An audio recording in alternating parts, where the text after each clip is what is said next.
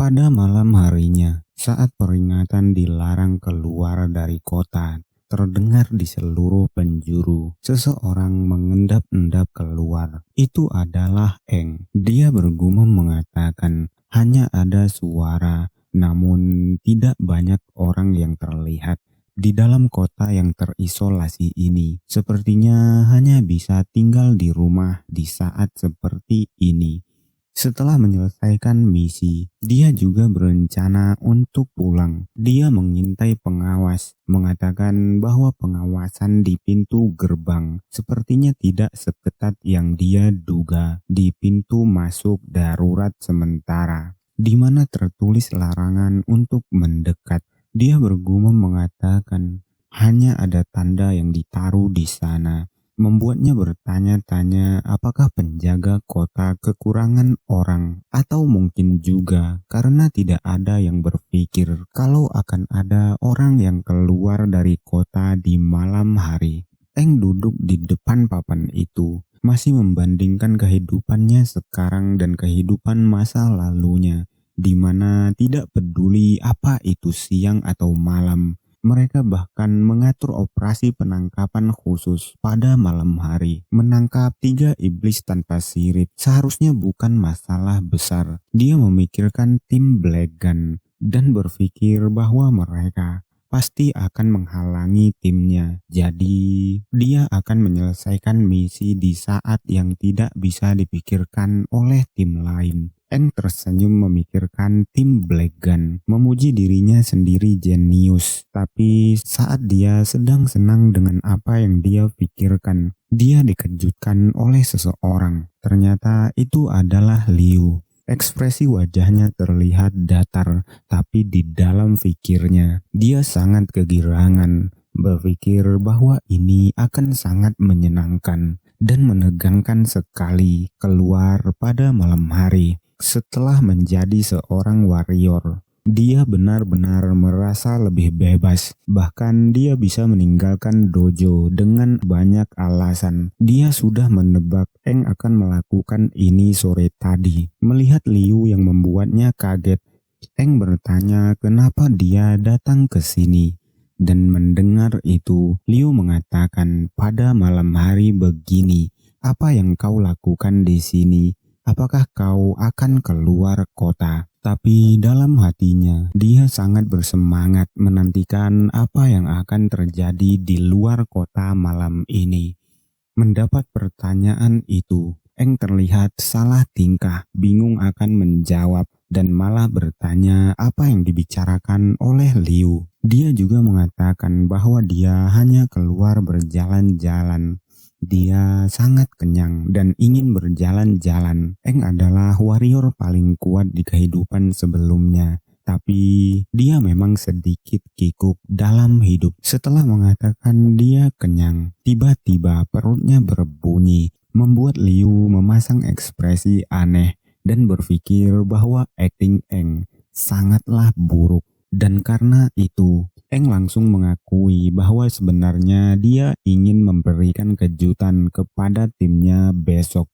Dia hanya ingin memanfaatkan kegelapan untuk menyelesaikan tugas yang dihancurkan oleh tim Black Gun sore tadi.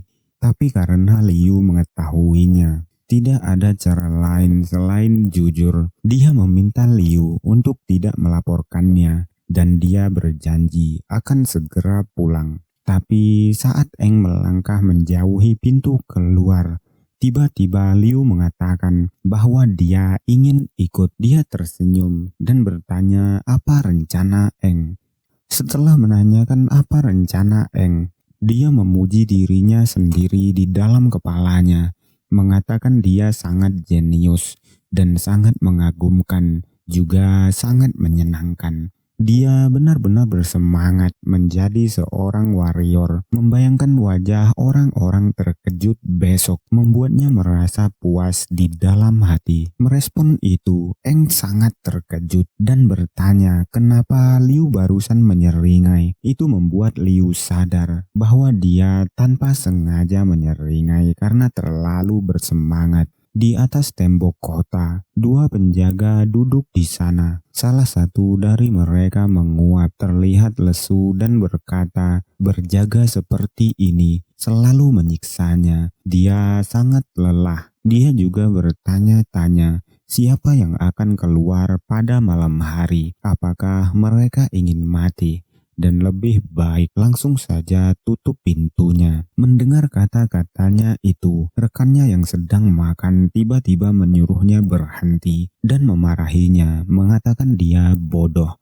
Memperingati rekannya untuk tidak berbicara seperti itu, karena Kapten Skuadron ketiga membiarkan pintu terbuka untuk keadaan darurat. Dia mengatakan beberapa tahun yang lalu, beberapa buronan datang ke kota untuk meminta bantuan. Namun karena membuka pintunya terlambat, mereka mati mengerikan di tangan Demon. Dan setelah kejadian itu, hampir setiap kota akan membuat celah pada gerbang untuk keadaan darurat, dan di dunia ini nyawa manusia lebih berharga daripada apapun. Pria tadi meminta maaf atas keluhannya dan rekannya mentoleransinya, mengatakan lambat laun pria itu akan terbiasa. Rekannya mengeluarkan buku yang disimpannya, lalu menawarkannya kepada pria itu, membuat pria itu terkejut. Itu adalah kumpulan warrior wanita terbaru dari kota-kota lain. Rekannya mengatakan bahwa dia berhasil mendapatkan buku itu dengan harga tinggi melalui seseorang. Dia akan berbagi hanya untuk malam ini. Mereka berdua sangat terlihat bahagia di atas tembok membaca buku itu.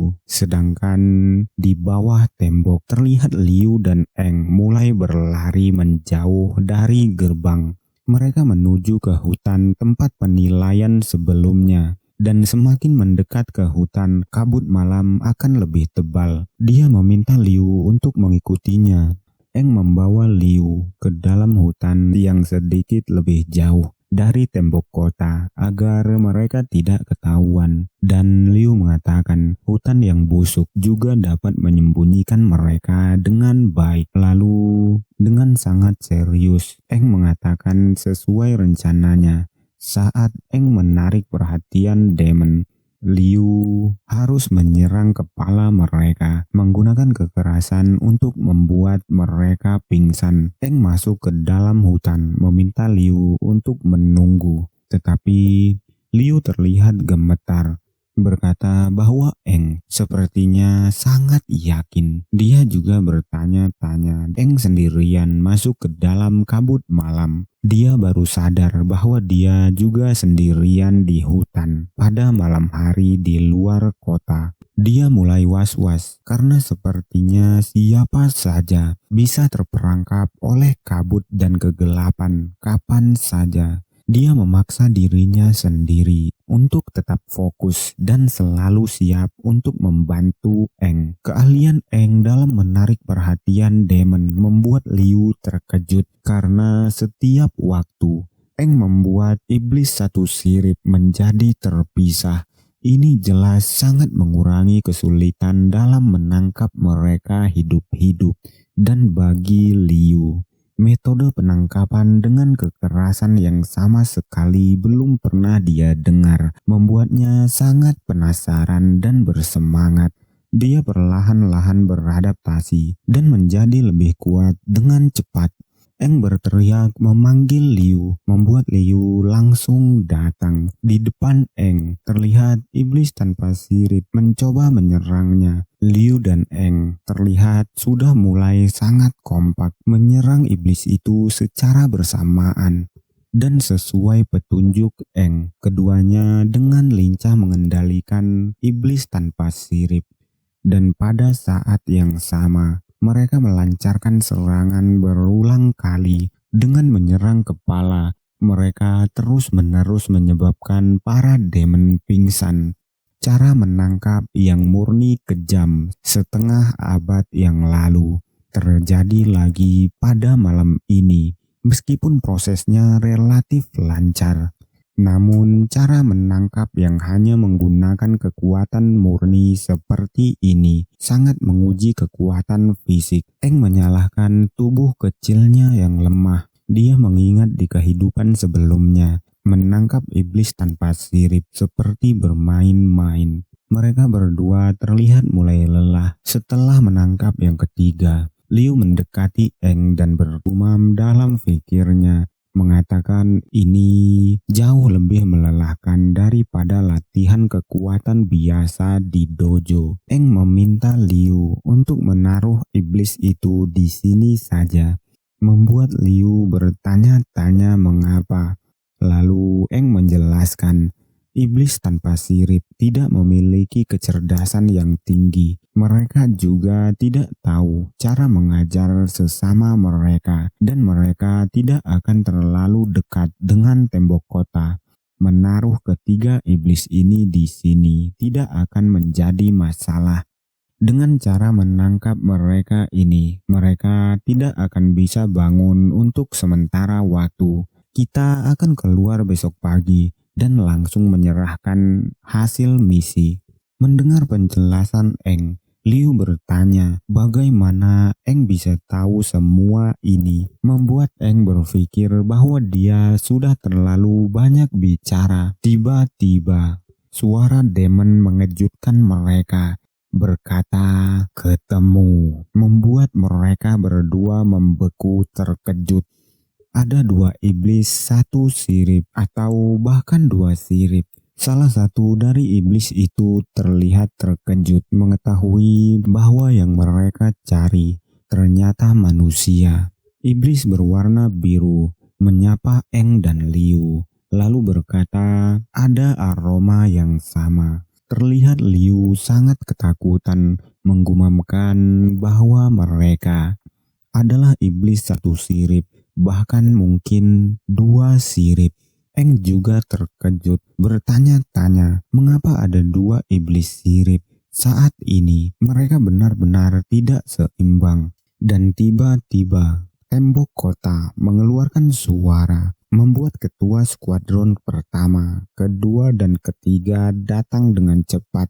Ketua skuadron pertama berkata, ada reaksi dari iblis satu sirip. Dia memerintahkan para penjaga untuk memindai sekitar dengan lampu sorot. Sedangkan ketua skuadron kedua bertanya kepada ketua skuadron ketiga, apa yang terjadi? Mengapa iblis satu sirip muncul? Apakah itu yang muncul di saat ujian terakhir? Menjawab itu, ketua skuadron ketiga mengatakan dengan tegas, bukan, itu berbeda. Di gua bawah tanah yang kutemukan seharusnya sudah mati. Lampu sorot menemukan iblis yang mereka cari. Penjaga melaporkan target ditemukan. Ada dua iblis satu sirip, membuat ketua skuadron pertama terkejut dan bertanya-tanya apa yang menarik mereka ke sini. Ketua skuadron pertama berteriak, meminta penjaga untuk tidak panik dan menutup gerbangnya. Mereka tidak akan bisa melukai kita. Iblis-iblis itu tidak akan bisa melukai mereka. Dia meminta agar senjata tembok diaktifkan. Tapi tiba-tiba Kapten Skuadron ketiga berteriak, meminta untuk tidak menutup gerbang dan menembak. Membuat Kapten Skuadron kedua bertanya-tanya mengapa, dan Kapten Ji Yautang mengatakan bahwa di bawah sana ada orang. Mendengar itu, Kapten Skuadron pertama meminta lampu sorot, dan benar saja, Kapten Yautang terlihat sangat marah, berkata dua bajingan itu, bagaimana mereka bisa ada di sana? Itu adalah Eng dan Liu. Tepat di hadapan kedua iblis satu sirip,